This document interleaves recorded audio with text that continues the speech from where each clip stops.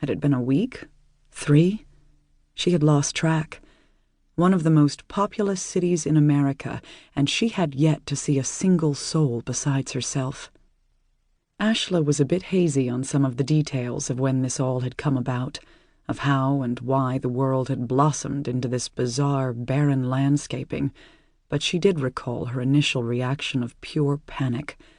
She remembered quite clearly the act of running around to all of the places where co-workers, friends, and even family were supposed to be. Queens, the Bronx, Eastern Long Island, eventually here, in Manhattan. There was no one.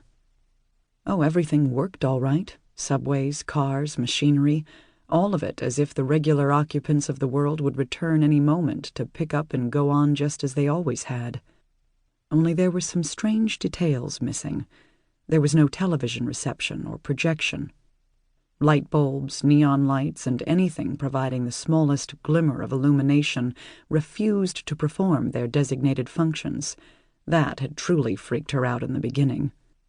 The lack of light had made the vast vacant spaces of the city seem somehow claustrophobic and paralyzing.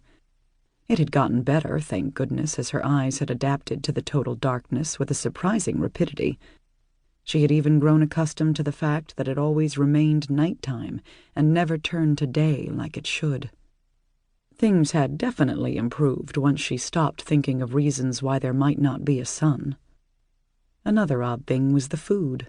Food was always fresh for the taking, somehow replenishing itself as though invisible workers still carried out their daily duties of stocking and rotating it. She never saw any of it happen. It just did. In the end, she had realized that the ideal course of action was to not spend too much time thinking about the details.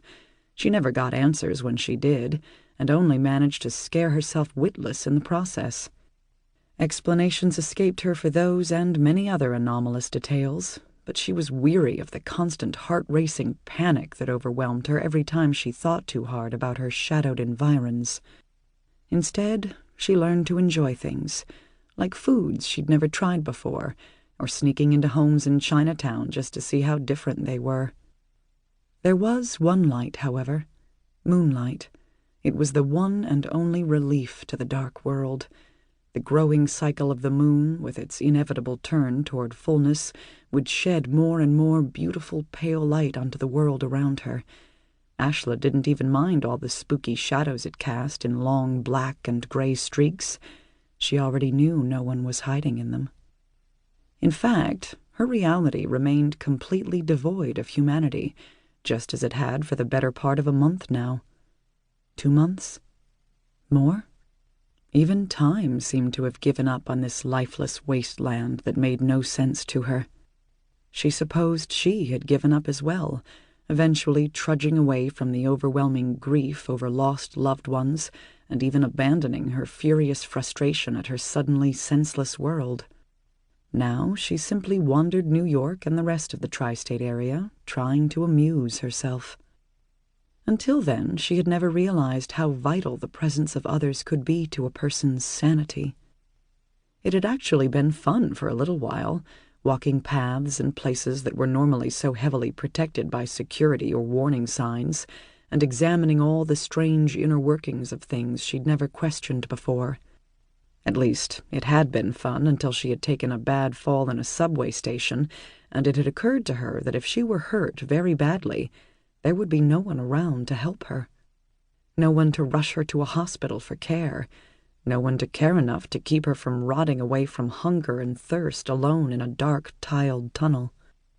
She hadn't gone below ground since that particular panic attack. Above ground might not necessarily be less hazardous, but it was far less enclosing, and she took comfort in whatever she could at that point. Ashla's sense of security on the open streets was relative. She was safe from dark, creepy subterranean dangers, perhaps, but she was also left feeling even more alone as towering buildings soared above her, miniaturizing her and making her feel as though she were standing at the bottom of a great abandoned canyon. She had struggled with the ever-increasing fear that someday something might happen, and she wouldn't know what to do to help herself. And then sometimes, some very awful bad times, she couldn't even remember all